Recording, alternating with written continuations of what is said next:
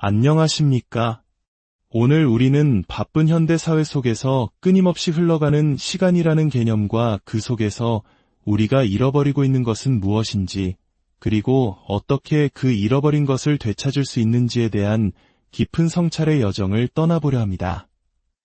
오늘의 이야기가 여러분의 마음에 깊은 울림과 위로를 주고 혹시라도 삶의 방향을 잃고 방황하는 분이 계시다면 작은 등불이 되어주기를 소망합니다.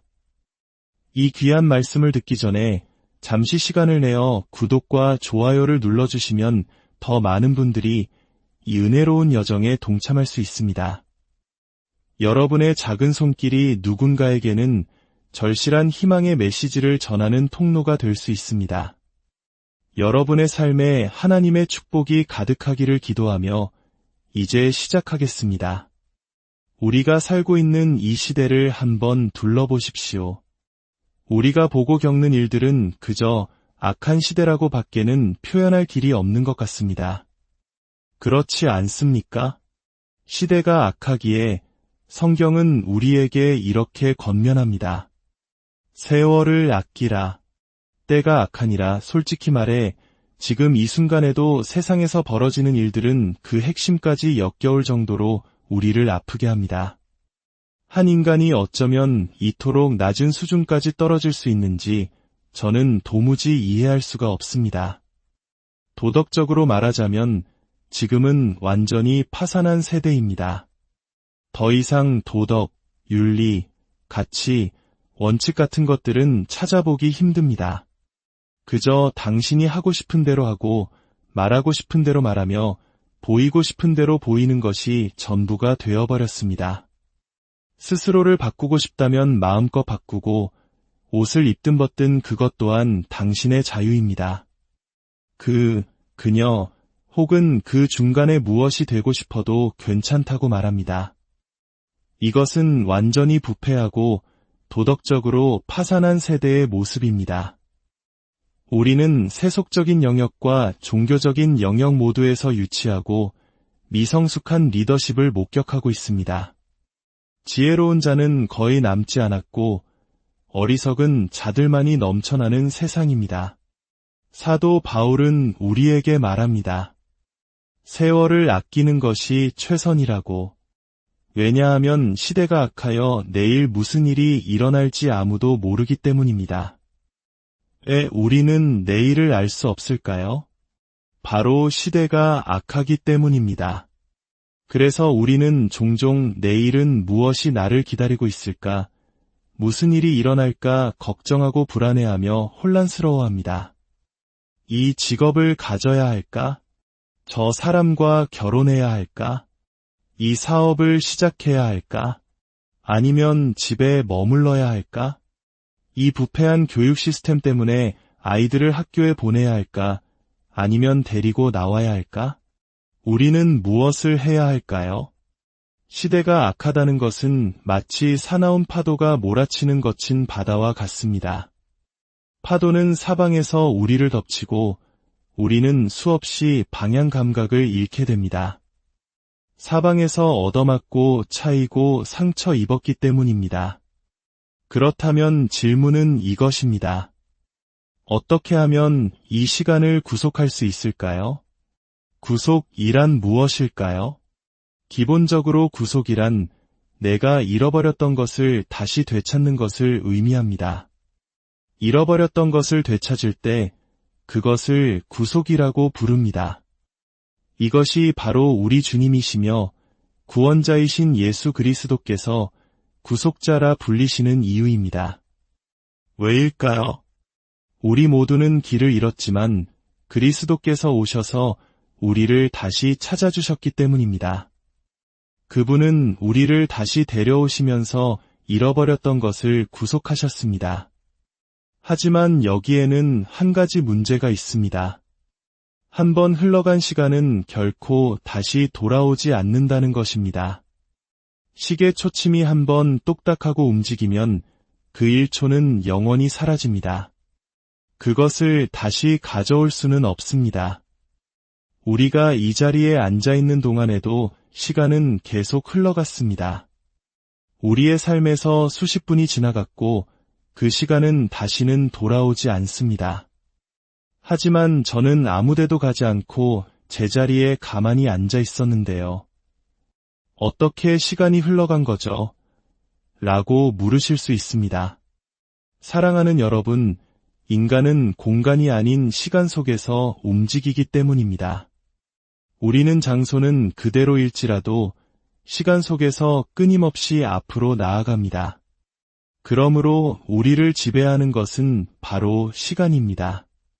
그리고 한 번 지나간 시간은 결코 되돌릴 수 없습니다. 그렇다면 우리는 무엇을 해야 할까요? 어떻게 이 약한 시대 속에서 시간을 구속할 수 있을까요? 단 한 가지 방법이 있습니다. 당신의 삶을 그리스도께 온전히 내어드리는 것입니다.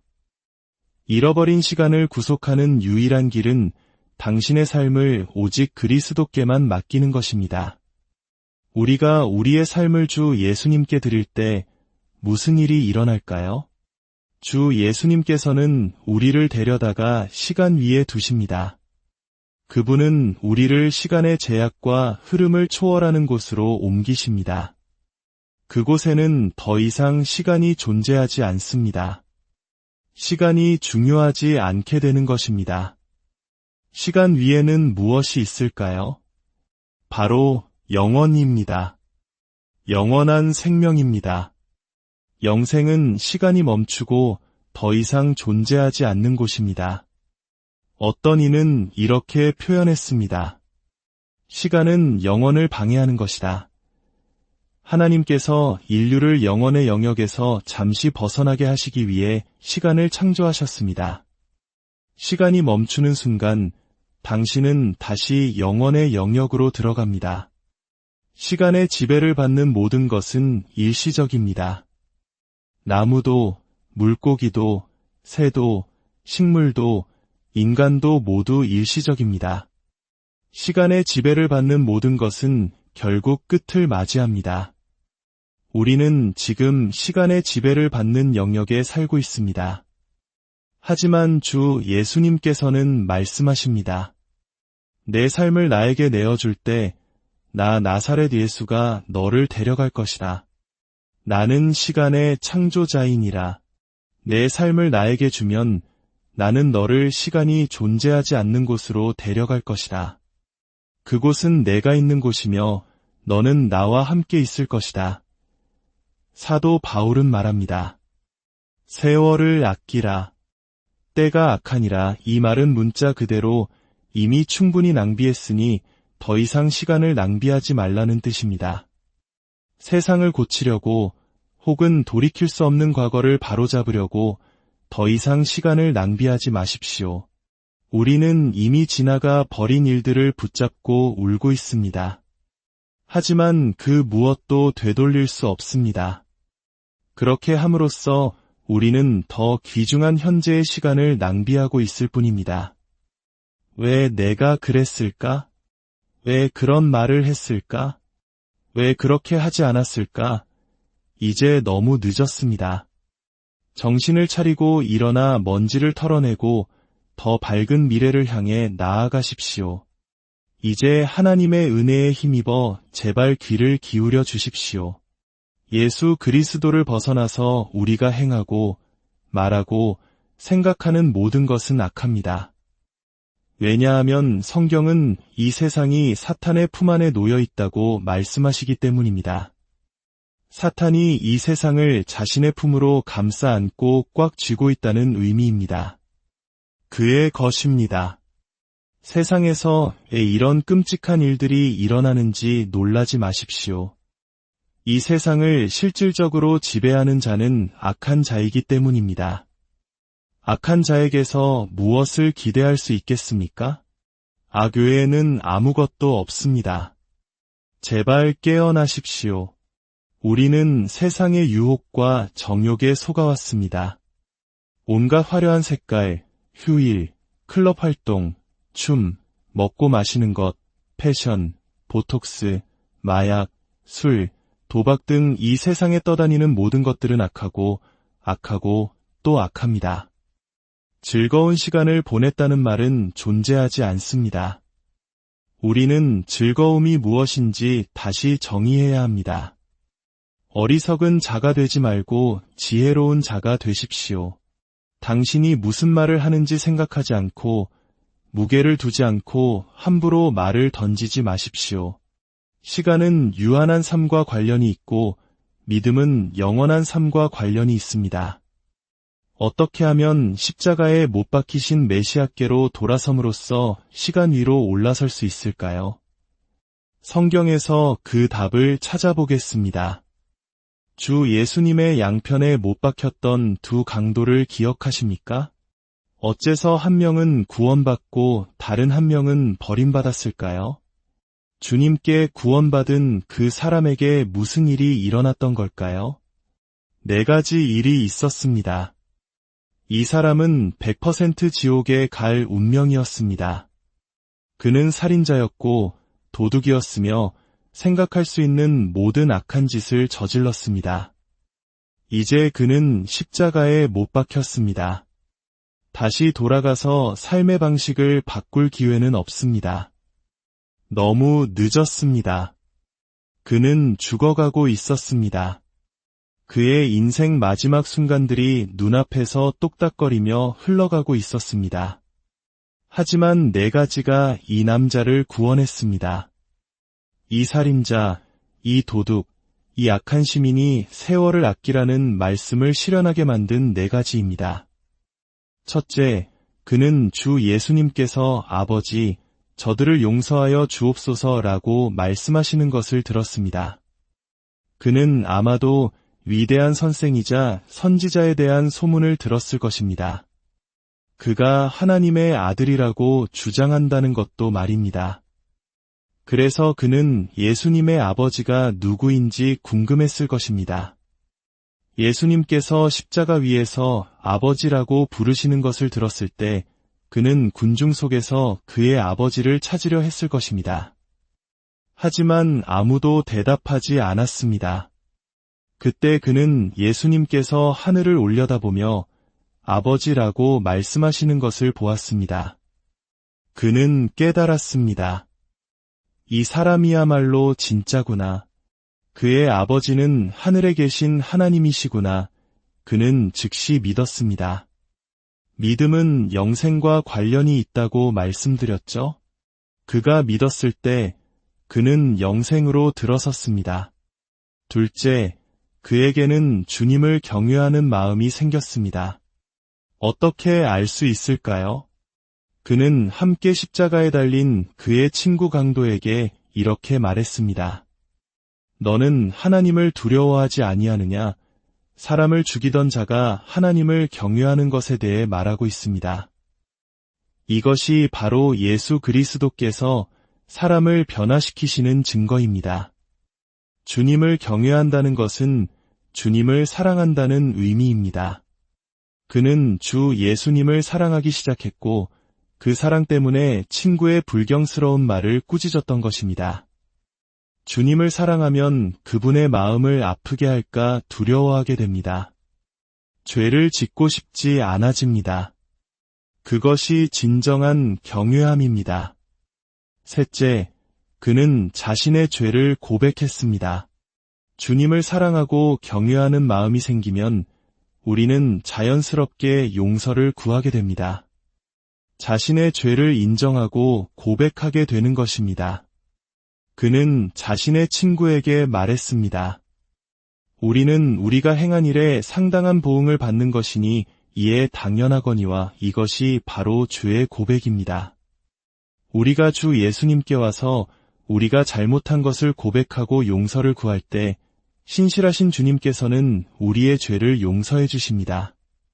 넷째, 그는 그리스도의 완전하심을 고백했습니다. 그는 친구에게 말했습니다. 이 사람이 행한 것은 옳지 않은 것이 없느니라. 그는 예수님이야말로 완벽하고 죄가 없으신 분임을 고백했습니다. 그리고 그는 고개를 돌려 예수님을 바라보았습니다. 그가 예수님을 바라보는 순간 이사야서 45장 22절의 예언이 성취되었습니다. 땅의 모든 끝이여 내게로 돌이켜 구원을 받으라. 나는 하나님이라 다른 이가 없느니라. 그렇습니다. 주님을 바라보는 것만으로 충분합니다. 육신을 입고 살아있는 동안 구원받는 것은 이토록 쉽습니다. 그 강도는 예수님을 바라보며 말했습니다. 예수여, 당신의 나라에 임하실 때에 나를 기억하소서. 주님께서는 그에게 무엇이라고 답하셨습니까? 내가 진실로 내게 이르노니 오늘 내가 나와 함께 낙원에 있으리라. 내 재림 때가 아니라 오늘이었습니다. 주 예수님께서 그에게 오늘이라고 말씀하셨을 때 그가 죄와 악 속에서 잃어버렸던 모든 시간, 모든 순간이 구속되었습니다. 아무것도 잃어버리지 않았습니다. 여러분은 이 세상에서 얼마나 많은 세월을 잃어버렸습니까? 예수님께서 그것을 구속하시게 하십시오. 당신의 삶을 주 예수님께 드리십시오. 그러면 그분은 당신의 삶의 어떤 것도 헛되이 사라지지 않게 하실 것입니다. 그러니 헛되이 지나간 시간에 대해 더 이상 울지 마십시오. 그리스도께 집중하고 그분께로 돌이키십시오. 십자가에 못 박히신 메시아를 바라보십시오. 로마서 14장 8절은 이렇게 말합니다. 우리가 살아도 주를 위하여 살고 죽어도 주를 위하여 죽나니 그러므로 사나 죽으나 우리가 주의 것이로다. 우리가 살든지 죽든지 우리는 주님께 속해 있습니다. 당신의 삶에서 이것이 실현되도록 하십시오. 어떻게 할 수 있을까요? 모든 것을 그분께 드리십시오. 당신의 삶 전부를 예수 그리스도께 맡기고 말씀하십시오. 주님, 이제 주님께서 맡아주십시오. 저와 제 가족, 제가 사랑하는 모든 이들을 돌보아 주십시오. 그리고는 걱정을 멈추십시오. 모든 것을 그분의 유능한 손에 맡겼다는 확신 속에서 걸어가십시오. 성경은 우리에게 어리석은 자가 되지 말고 오직 주의 뜻이 무엇인가 이해하라고 말합니다. 어리석은 자가 되지 마십시오. 지혜로운 자가 되십시오. 고린도전서 15장에서 사도 바울은 말합니다. 어리석은 자여, 내가 뿌리는 씨가 죽지 않으면 살아나지 못하겠고 밀알 하나를 생각해 보십시오. 그것이 땅 밖에 있는 동안에는 죽어 있습니다. 생명의 표시가 없습니다. 하지만 그 씨앗을 땅에 묻고 죽일 때 비로소 그것은 살아납니다. 이것은 비논리적입니다. 죽여야 살아난다는 것이 말이 됩니까? 하지만 그것이 진리입니다. 우리가 사랑하는 사람을 땅에 묻을 때 그들이 비로소 살아난다는 것을 왜 믿지 못합니까? 이 땅에 있는 동안 우리는 그 밀알과 같습니다. 우리는 죽어 있습니다. 하지만 우리가 묻히는 순간 우리는 진정으로 살아나는 것입니다. 우리는 언제 죄 짓는 것을 멈출까요? 우리가 죽을 때입니다. 이 육신을 입고 있는 한 우리는 보고, 듣고, 만지며 항상 실수에 노출되어 있습니다. 죄의 삭은 사망입니다. 죄 짓기를 멈추는 순간 당신은 영원히 사는 것입니다. 우리가 육신의 죽음을 맞이할 때 비로소 우리는 더 이상 죄를 지을 수 없게 됩니다. 예수 그리스도께서 부활하셨을 때 그분은 영화로운 몸, 영적인 몸으로 부활하셨습니다. 우리 또한 부활할 때 그분과 같은 모습으로, 그러나 우리 몸에는 상처가 없을 것입니다. 하지만 예수님의 영화로운 몸에는 십자가의 상처가 영원히 남아 있을 것입니다. 그것은 우리 모두에게 영원한 기념물이 될 것입니다. 그 상처가 우리를 아버지의 집으로 이끌었음을 결코 잊지 않게 하기 위함입니다. 내가 너를 이곳으로 데려온 것은 너의 행위가 아니라 십자가에서 내가 이룬 일 때문이란다. 사랑하는 여러분, 시간을 낭비하지 마십시오. 악한 세상의 마음을 빼앗기지 마십시오. 십자가에 달리신 예수 그리스도를 바라보십시오. 그분께 당신의 삶을 온전히 내어드릴 때 당신의 잃어버린 모든 시간은 구속될 것이며 당신은 시간의 제약을 넘어 영원한 생명을 얻게 될 것입니다. 주 예수 그리스도의 은혜와 평강이 이 말씀을 듣는 모든 분들의 삶에 충만하기를 간절히 기도합니다. 이 축복의 메시지를 주변 사람들과 함께 나누어 더 큰 은혜의 강물이 흐르게 하시길 바랍니다. 안녕하십니까? 오늘 우리는 바쁜 현대 사회 속에서 끊임없이 흘러가는 시간이라는 개념과 그 속에서 우리가 잃어버리고 있는 것은 무엇인지, 그리고 어떻게 그 잃어버린 것을 되찾을 수 있는지에 대한 깊은 성찰의 여정을 떠나보려 합니다. 오늘의 이야기가 여러분의 마음에 깊은 울림과 위로를 주고 혹시라도 삶의 방향을 잃고 방황하는 분이 계시다면 작은 등불이 되어주기를 소망합니다. 이 귀한 말씀을 듣기 전에 잠시 시간을 내어 구독과 좋아요를 눌러주시면 더 많은 분들이 이 은혜로운 여정에 동참할 수 있습니다. 여러분의 작은 손길이 누군가에게는 절실한 희망의 메시지를 전하는 통로가 될 수 있습니다. 여러분의 삶에 하나님의 축복이 가득하기를 기도하며 이제 시작하겠습니다. 우리가 살고 있는 이 시대를 한번 둘러보십시오. 우리가 보고 겪는 일들은 그저 악한 시대라고 밖에는 표현할 길이 없는 것 같습니다. 그렇지 않습니까? 시대가 악하기에 성경은 우리에게 이렇게 권면합니다. 세월을 아끼라. 때가 악하니라. 솔직히 말해 지금 이 순간에도 세상에서 벌어지는 일들은 그 핵심까지 역겨울 정도로 우리를 아프게 합니다. 한 인간이 어쩌면 이토록 낮은 수준까지 떨어질 수 있는지 저는 도무지 이해할 수가 없습니다. 도덕적으로 말하자면 지금은 완전히 파산한 세대입니다. 더 이상 도덕, 윤리, 가치, 원칙 같은 것들은 찾아보기 힘듭니다. 그저 당신이 하고 싶은 대로 하고 말하고 싶은 대로 말하며 보이고 싶은 대로 보이는 것이 전부가 되어버렸습니다. 스스로를 바꾸고 싶다면 마음껏 바꾸고 옷을 입든 벗든 그것 또한 당신의 자유입니다. 그녀 혹은 그 중간에 무엇이 되고 싶어도 괜찮다고 말합니다.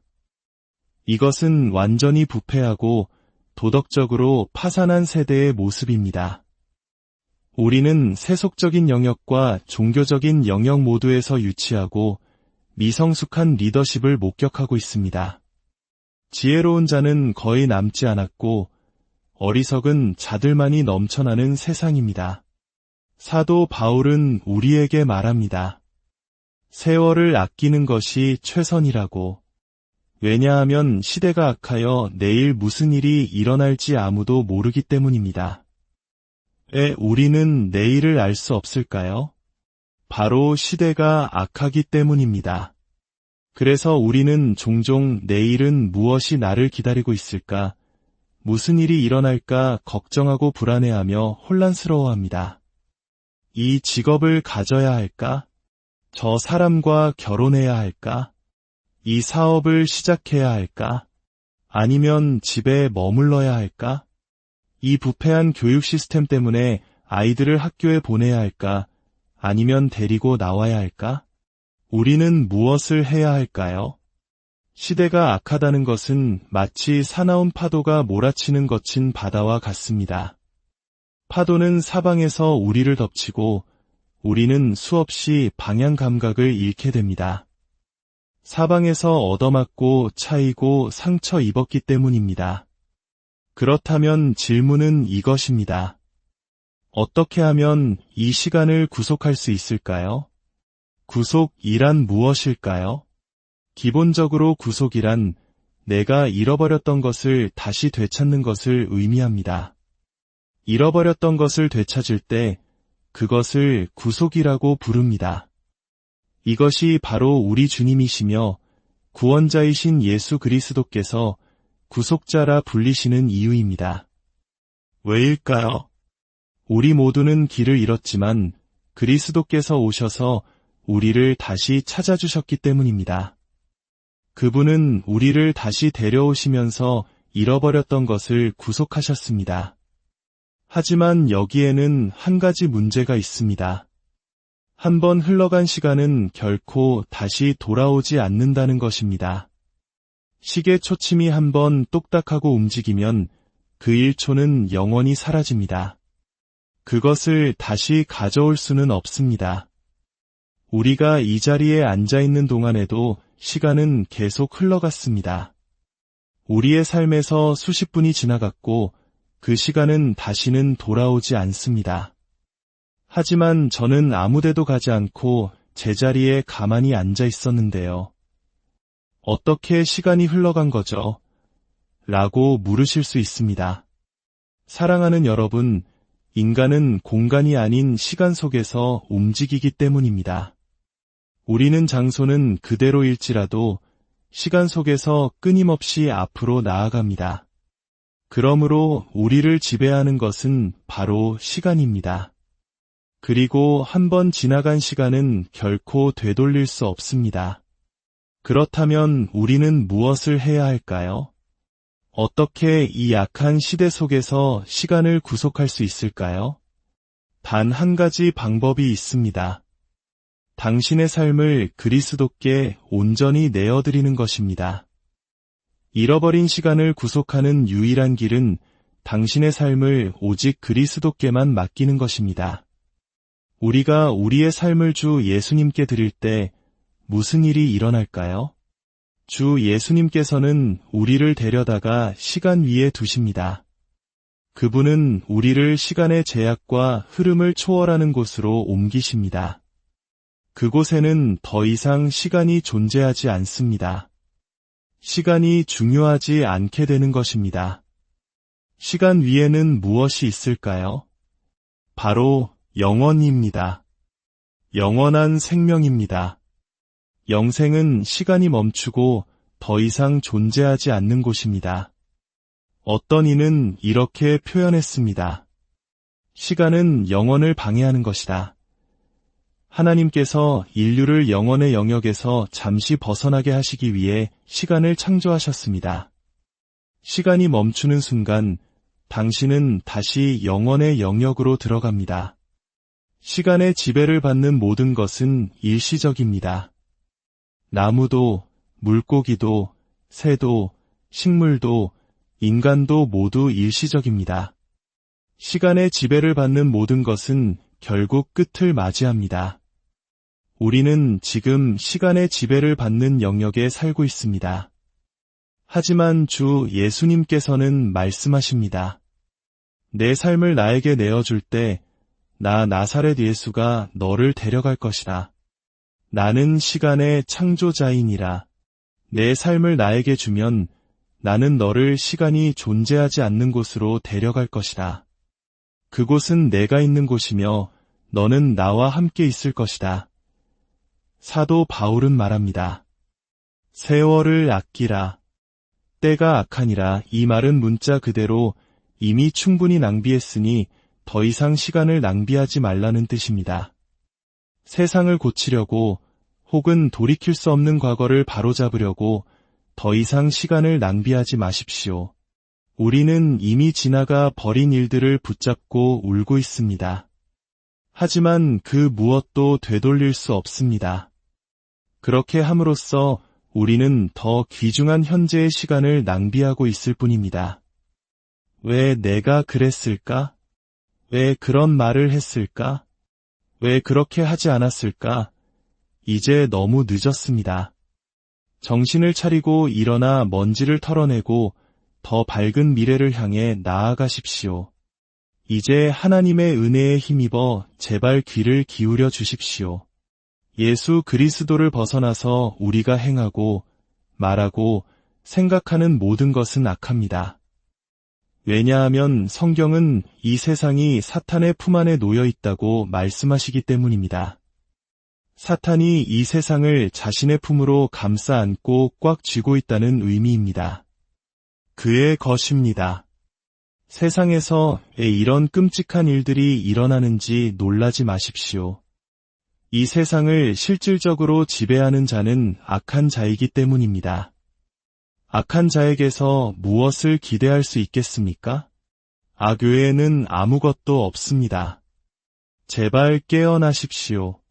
우리는 세상의 유혹과 정욕에 속아왔습니다. 온갖 화려한 색깔, 휴일, 클럽 활동, 춤, 먹고 마시는 것, 패션, 보톡스, 마약, 술, 도박 등 이 세상에 떠다니는 모든 것들은 악하고 또 악합니다. 즐거운 시간을 보냈다는 말은 존재하지 않습니다. 우리는 즐거움이 무엇인지 다시 정의해야 합니다. 어리석은 자가 되지 말고 지혜로운 자가 되십시오.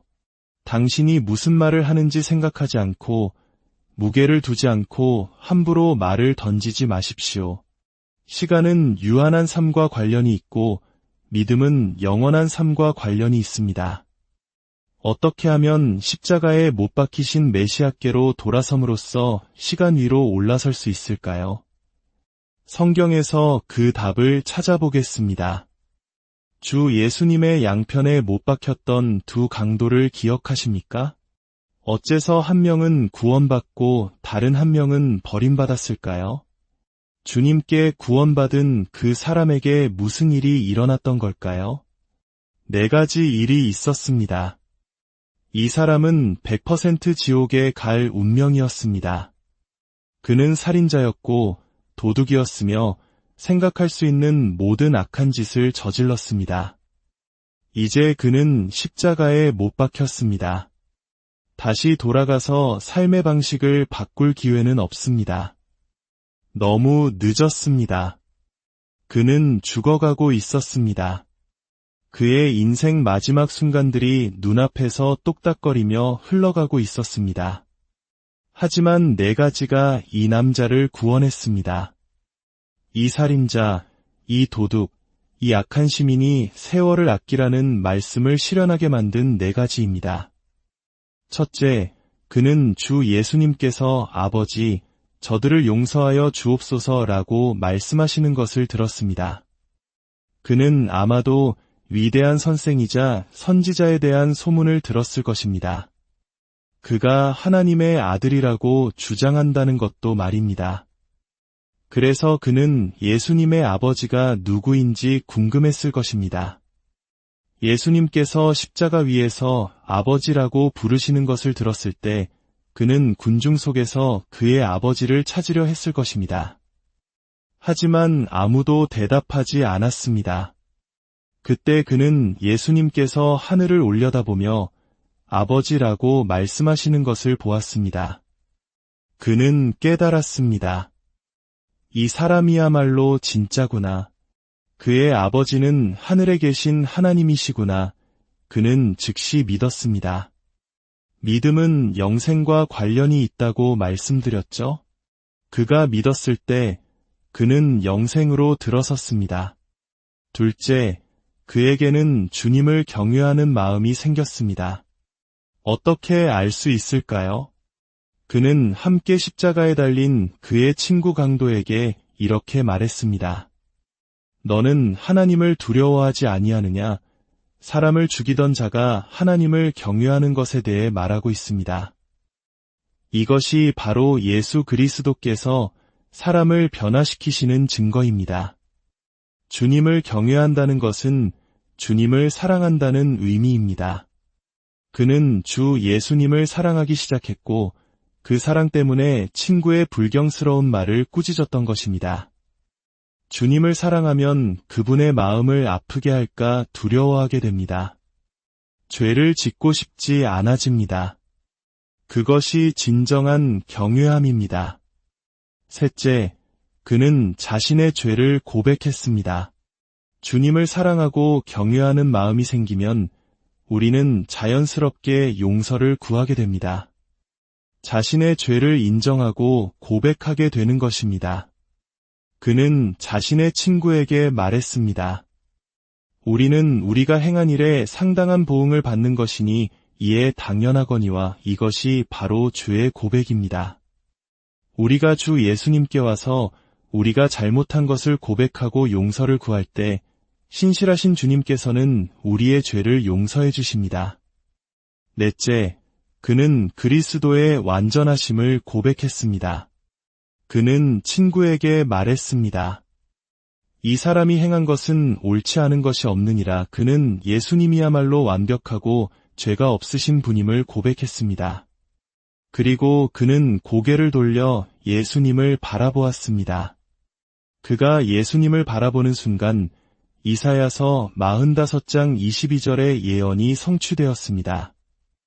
땅의 모든 끝이여 내게로 돌이켜 구원을 받으라. 나는 하나님이라 다른 이가 없느니라. 그렇습니다. 주님을 바라보는 것만으로 충분합니다. 육신을 입고 살아있는 동안 구원받는 것은 이토록 쉽습니다. 그 강도는 예수님을 바라보며 말했습니다. 예수여, 당신의 나라에 임하실 때에 나를 기억하소서. 주님께서는 그에게 무엇이라고 답하셨습니까? 내가 진실로 내게 이르노니 오늘 내가 나와 함께 낙원에 있으리라. 내 재림 때가 아니라 오늘이었습니다. 주 예수님께서 그에게 오늘이라고 말씀하셨을 때 그가 죄와 악 속에서 잃어버렸던 모든 시간, 모든 순간이 구속되었습니다. 아무것도 잃어버리지 않았습니다. 여러분은 이 세상에서 얼마나 많은 세월을 잃어버렸습니까? 예수님께서 그것을 구속하시게 하십시오. 당신의 삶을 주 예수님께 드리십시오. 그러면 그분은 당신의 삶의 어떤 것도 헛되이 사라지지 않게 하실 것입니다. 그러니 헛되이 지나간 시간에 대해 더 이상 울지 마십시오. 그리스도께 집중하고 그분께로 돌이키십시오. 십자가에 못 박히신 메시아를 바라보십시오. 로마서 14장 8절은 이렇게 말합니다. 우리가 살아도 주를 위하여 살고 죽어도 주를 위하여 죽나니 그러므로 사나 죽으나 우리가 주의 것이로다. 우리가 살든지 죽든지 우리는 주님께 속해 있습니다. 당신의 삶에서 이것이 실현되도록 하십시오. 어떻게 할 수 있을까요? 모든 것을 그분께 드리십시오. 당신의 삶 전부를 예수 그리스도께 맡기고 말씀하십시오. 주님, 이제 주님께서 맡아주십시오. 저와 제 가족, 제가 사랑하는 모든 이들을 돌보아 주십시오. 그리고는 걱정을 멈추십시오. 모든 것을 그분의 유능한 손에 맡겼다는 확신 속에서 걸어가십시오. 성경은 우리에게 어리석은 자가 되지 말고 오직 주의 뜻이 무엇인가 이해하라고 말합니다. 어리석은 자가 되지 마십시오. 지혜로운 자가 되십시오. 고린도전서 15장에서 사도 바울은 말합니다. 어리석은 자여, 내가 뿌리는 씨가 죽지 않으면 살아나지 못하겠고 밀알 하나를 생각해 보십시오. 그것이 땅 밖에 있는 동안에는 죽어 있습니다. 생명의 표시가 없습니다. 하지만 그 씨앗을 땅에 묻고 죽일 때 비로소 그것은 살아납니다. 이것은 비논리적입니다. 죽여야 살아난다는 것이 말이 됩니까? 하지만 그것이 진리입니다. 우리가 사랑하는 사람을 땅에 묻을 때 그들이 비로소 살아난다는 것을 왜 믿지 못합니까? 이 땅에 있는 동안 우리는 그 밀알과 같습니다. 우리는 죽어 있습니다. 하지만 우리가 묻히는 순간 우리는 진정으로 살아나는 것입니다. 우리는 언제 죄 짓는 것을 멈출까요? 우리가 죽을 때입니다.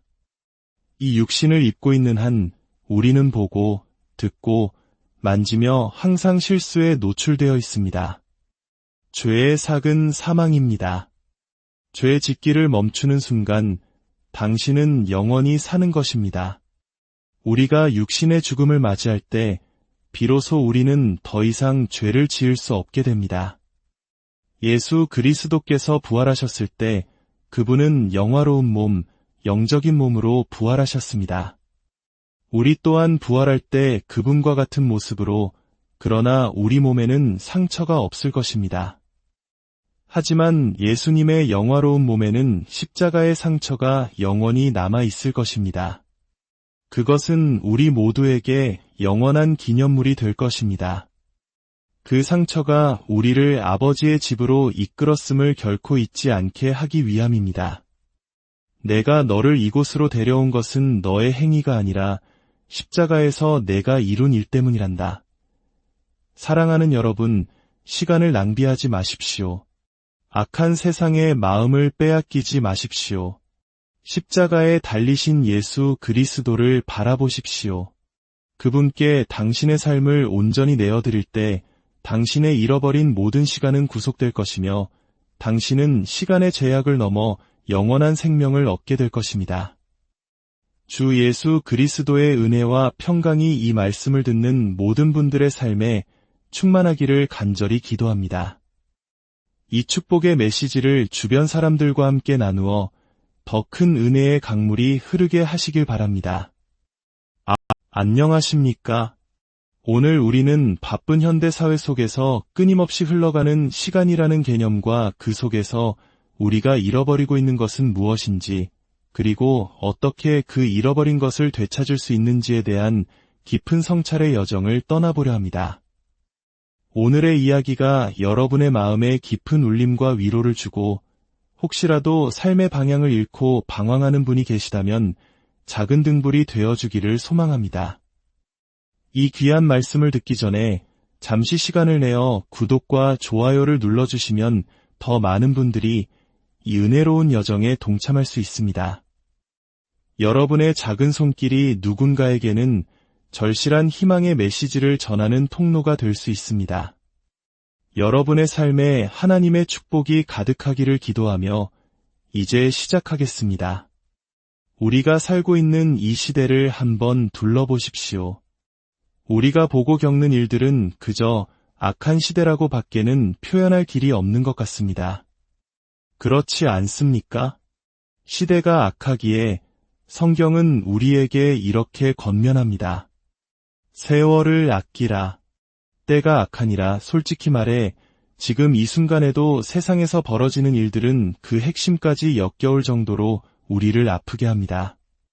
한 인간이 어쩌면 이토록 낮은 수준까지 떨어질 수 있는지 저는 도무지 이해할 수가 없습니다. 도덕적으로 말하자면 지금은 완전히 파산한 세대입니다. 더 이상 도덕, 윤리, 가치, 원칙 같은 것들은 찾아보기 힘듭니다. 그저 당신이 하고 싶은 대로 하고 말하고 싶은 대로 말하며 보이고 싶은 대로 보이는 것이 전부가 되어버렸습니다.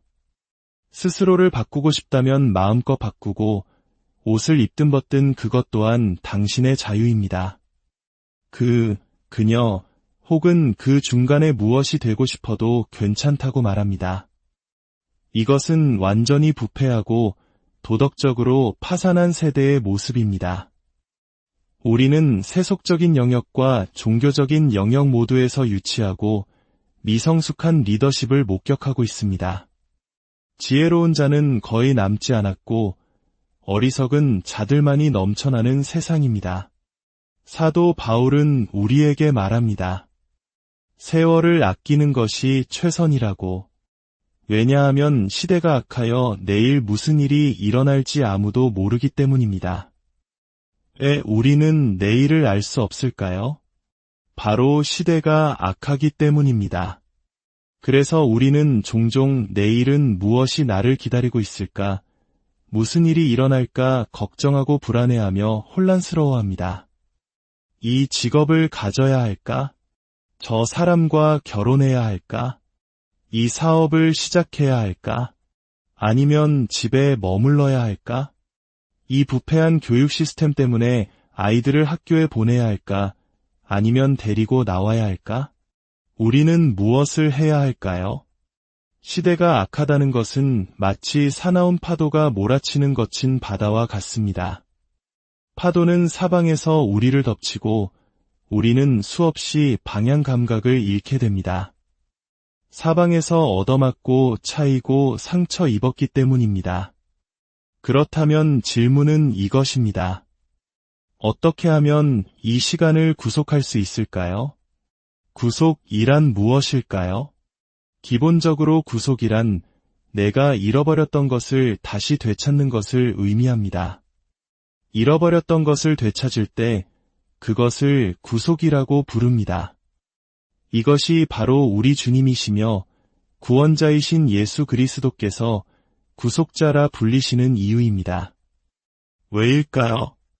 우리 모두는 길을 잃었지만 그리스도께서 오셔서 우리를 다시 찾아주셨기 때문입니다. 그분은 우리를 다시 데려오시면서 잃어버렸던 것을 구속하셨습니다. 하지만 여기에는 한 가지 문제가 있습니다. 한번 흘러간 시간은 결코 다시 돌아오지 않는다는 것입니다. 시계 초침이 한번 똑딱하고 움직이면 그 1초는 영원히 사라집니다. 그것을 다시 가져올 수는 없습니다. 우리가 이 자리에 앉아 있는 동안에도 시간은 계속 흘러갔습니다. 우리의 삶에서 수십 분이 지나갔고 그 시간은 다시는 돌아오지 않습니다. 하지만 저는 아무데도 가지 않고 제자리에 가만히 앉아 있었는데요. 어떻게 시간이 흘러간 거죠? 라고 물으실 수 있습니다. 사랑하는 여러분, 인간은 공간이 아닌 시간 속에서 움직이기 때문입니다. 우리는 장소는 그대로일지라도 시간 속에서 끊임없이 앞으로 나아갑니다. 그러므로 우리를 지배하는 것은 바로 시간입니다. 그리고 한번 지나간 시간은 결코 되돌릴 수 없습니다. 그렇다면 우리는 무엇을 해야 할까요? 어떻게 이 약한 시대 속에서 시간을 구속할 수 있을까요? 단 한 가지 방법이 있습니다. 당신의 삶을 그리스도께 온전히 내어드리는 것입니다. 잃어버린 시간을 구속하는 유일한 길은 당신의 삶을 오직 그리스도께만 맡기는 것입니다. 우리가 우리의 삶을 주 예수님께 드릴 때 무슨 일이 일어날까요? 주 예수님께서는 우리를 데려다가 시간 위에 두십니다. 그분은 우리를 시간의 제약과 흐름을 초월하는 곳으로 옮기십니다. 그곳에는 더 이상 시간이 존재하지 않습니다. 시간이 중요하지 않게 되는 것입니다. 시간 위에는 무엇이 있을까요? 바로 영원입니다. 영원한 생명입니다. 영생은 시간이 멈추고 더 이상 존재하지 않는 곳입니다. 어떤 이는 이렇게 표현했습니다. 시간은 영원을 방해하는 것이다. 하나님께서 인류를 영원의 영역에서 잠시 벗어나게 하시기 위해 시간을 창조하셨습니다. 시간이 멈추는 순간 당신은 다시 영원의 영역으로 들어갑니다. 시간의 지배를 받는 모든 것은 일시적입니다. 나무도, 물고기도, 새도, 식물도, 인간도 모두 일시적입니다. 시간의 지배를 받는 모든 것은 결국 끝을 맞이합니다. 우리는 지금 시간의 지배를 받는 영역에 살고 있습니다. 하지만 주 예수님께서는 말씀하십니다. 내 삶을 나에게 내어줄 때 나 나사렛 예수가 너를 데려갈 것이다. 나는 시간의 창조자이니라. 내 삶을 나에게 주면 나는 너를 시간이 존재하지 않는 곳으로 데려갈 것이다. 그곳은 내가 있는 곳이며 너는 나와 함께 있을 것이다. 사도 바울은 말합니다. 세월을 아끼라. 때가 악하니라. 이 말은 문자 그대로 이미 충분히 낭비했으니 더 이상 시간을 낭비하지 말라는 뜻입니다. 세상을 고치려고 혹은 돌이킬 수 없는 과거를 바로잡으려고 더 이상 시간을 낭비하지 마십시오. 우리는 이미 지나가 버린 일들을 붙잡고 울고 있습니다. 하지만 그 무엇도 되돌릴 수 없습니다. 그렇게 함으로써 우리는 더 귀중한 현재의 시간을 낭비하고 있을 뿐입니다. 왜 내가 그랬을까? 왜 그런 말을 했을까? 왜 그렇게 하지 않았을까? 이제 너무 늦었습니다. 정신을 차리고 일어나 먼지를 털어내고 더 밝은 미래를 향해 나아가십시오. 이제 하나님의 은혜에 힘입어 제발 귀를 기울여 주십시오. 예수 그리스도를 벗어나서 우리가 행하고 말하고 생각하는 모든 것은 악합니다. 왜냐하면 성경은 이 세상이 사탄의 품 안에 놓여 있다고 말씀하시기 때문입니다. 사탄이 이 세상을 자신의 품으로 감싸 안고 꽉 쥐고 있다는 의미입니다. 그의 것입니다. 세상에서 왜 이런 끔찍한 일들이 일어나는지 놀라지 마십시오. 이 세상을 실질적으로 지배하는 자는 악한 자이기 때문입니다. 악한 자에게서 무엇을 기대할 수 있겠습니까? 악 외에는 아무것도 없습니다. 제발 깨어나십시오. 우리는 세상의 유혹과 정욕에 속아왔습니다. 온갖 화려한 색깔, 휴일, 클럽 활동, 춤, 먹고 마시는 것, 패션, 보톡스, 마약, 술, 도박 등 이 세상에 떠다니는 모든 것들은 악하고 또 악합니다. 즐거운 시간을 보냈다는 말은 존재하지 않습니다.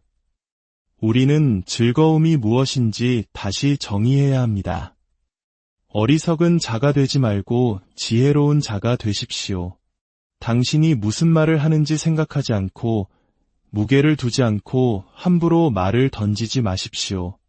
시간은 유한한 삶과 관련이 있고 믿음은 영원한 삶과 관련이 있습니다. 어떻게 하면 십자가에 못 박히신 메시아께로 돌아섬으로써 시간 위로 올라설 수 있을까요? 성경에서 그 답을 찾아보겠습니다. 주 예수님의 양편에 못 박혔던 두 강도를 기억하십니까?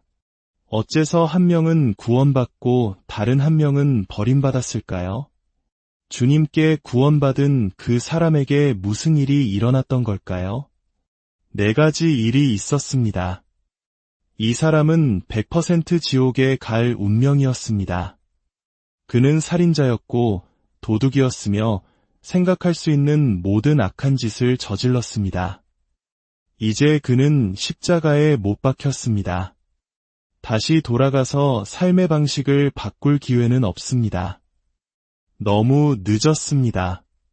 그는 죽어가고 있었습니다. 그의 인생 마지막 순간들이 눈앞에서 똑딱거리며 흘러가고 있었습니다. 하지만 4가지가 이 남자를 구원했습니다. 이 살인자, 이 도둑, 이 악한 시민이 세월을 아끼라는 말씀을 실현하게 만든 4가지입니다. 첫째, 그는 주 예수님께서 아버지, 저들을 용서하여 주옵소서라고 말씀하시는 것을 들었습니다. 그는 아마도 위대한 선생이자 선지자에 대한 소문을 들었을 것입니다. 그가 하나님의 아들이라고 주장한다는 것도 말입니다. 그래서 그는 예수님의 아버지가 누구인지 궁금했을 것입니다. 예수님께서 십자가 위에서 아버지라고 부르시는 것을 들었을 때 그는 군중 속에서 그의 아버지를 찾으려 했을 것입니다. 하지만 아무도 대답하지 않았습니다. 그때 그는 예수님께서 하늘을 올려다보며 아버지라고 말씀하시는 것을 보았습니다. 그는 깨달았습니다. 이 사람이야말로 진짜구나. 그의 아버지는 하늘에 계신 하나님이시구나. 그는 즉시 믿었습니다. 믿음은 영생과 관련이 있다고 말씀드렸죠? 그가 믿었을 때 그는 영생으로 들어섰습니다. 둘째, 그에게는 주님을 경외하는 마음이 생겼습니다. 어떻게 알 수 있을까요? 그는 함께 십자가에 달린 그의 친구 강도에게 이렇게 말했습니다. 너는 하나님을 두려워하지 아니하느냐? 사람을 죽이던 자가 하나님을 경외하는 것에 대해 말하고 있습니다. 이것이 바로 예수 그리스도께서 사람을 변화시키시는 증거입니다. 주님을 경외한다는 것은 주님을 사랑한다는 의미입니다. 그는 주 예수님을 사랑하기 시작했고 그 사랑 때문에 친구의 불경스러운 말을 꾸짖었던 것입니다. 주님을 사랑하면 그분의 마음을 아프게 할까 두려워하게 됩니다. 죄를 짓고 싶지 않아집니다. 그것이 진정한 경외함입니다. 셋째, 그는 자신의 죄를 고백했습니다. 주님을 사랑하고 경외하는 마음이 생기면 우리는 자연스럽게 용서를 구하게 됩니다. 자신의 죄를 인정하고 고백하게 되는 것입니다. 그는 자신의 친구에게 말했습니다. 우리는 우리가 행한 일에 상당한 보응을 받는 것이니 이에 당연하거니와 이것이 바로 주의 고백입니다.